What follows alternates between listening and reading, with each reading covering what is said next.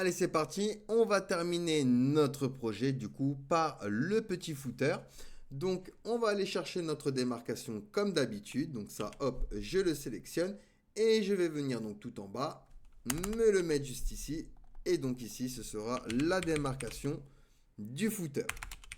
Hop. Donc ici, on va utiliser la balise sémantique footer et on va lui mettre un BG 900. Un texte white pour que le texte soit en blanc à l'intérieur et un PY12 pour un padding en haut et en bas. Ensuite, on va avoir une div avec la classe container et on va centrer ce container avec mxauto et on va lui donner un px4, donc un padding à gauche et à droite. Donc ici, on va avoir une grille, donc div.grid. Cette grid va faire un cols 1 et en MD, alors, hop, en MD, il va faire un grid cols 3 avec une gouttière de 8. Donc on va se créer un petit footer quand même assez complexe puisqu'on va utiliser quand même la grille. Donc on va faire un footer quand même pas simple. Alors c'est parti. À l'intérieur, donc on va avoir notre première div. Hop.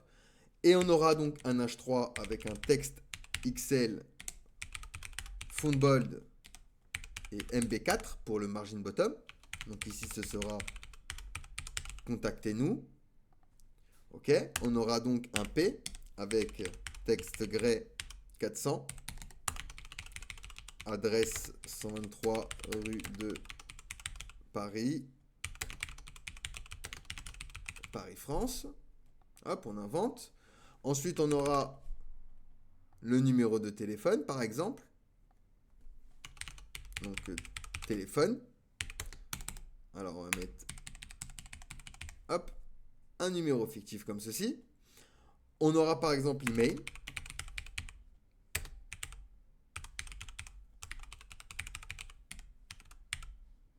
Hop, nickel.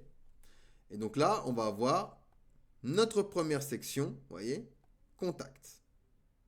Hop. Et hop. Donc on va le laisser en grand.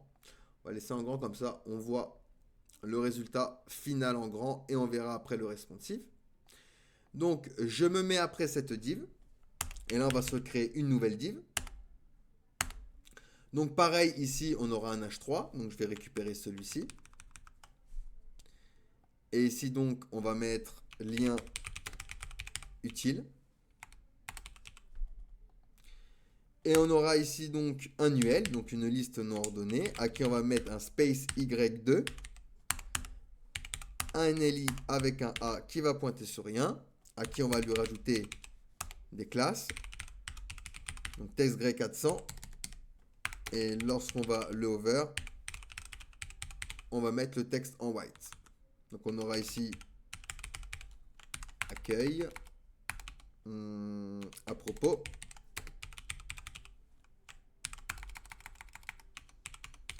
service, et par exemple contact. Et donc là, je vais avoir ma deuxième section au niveau de ma grille. Donc avec mes liens ici. OK? Parfait. Donc on peut continuer. On va avoir maintenant les réseaux sociaux. Donc même histoire, je vais sortir de cette div. Je me crée une nouvelle div. Je vais aller chercher le H3. Donc, Alt Shift flèche du bas. Et je le déplace ici. Et donc ici, on aura comme titre suivez-nous. Donc on aura une div avec la classe flex et la classe space x4. Alors, oups. Ensuite, je vais mettre un A avec la classe BG White, Rounded Full, W8 et H8. On utilise Flex pour pouvoir le centrer avec Item Center et Justify Center. Et lorsqu'on va le hover, on va changer le BG en grey 400. OK? Alors, nickel. Pour le A, on va pointer sur rien. Et à l'intérieur, je vais aller chercher donc ici l'icône Instagram par exemple. Hop, je le copie et je le colle à l'intérieur de mon A. Donc on vient en bas, je récupère tout le A et on va simplement se le dupliquer. Comme ça, on en a 3. Et à chaque fois, donc on va changer l'icône. On va mettre Facebook. Hop, donc là, pour le deuxième. Alors, oups. Hop. OK. Et Twitter.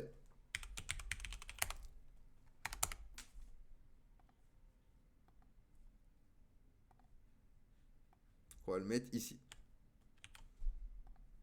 Comme ça, on aura nos 3, vous voyez, icônes de réseaux sociaux. OK, parfait. Alors, juste le hover. Ah oui, j'ai mis Gover. Donc, effectivement, ça va pas marcher. Nickel. Alors, j'ai dû faire la même erreur sur toutes. Over et over.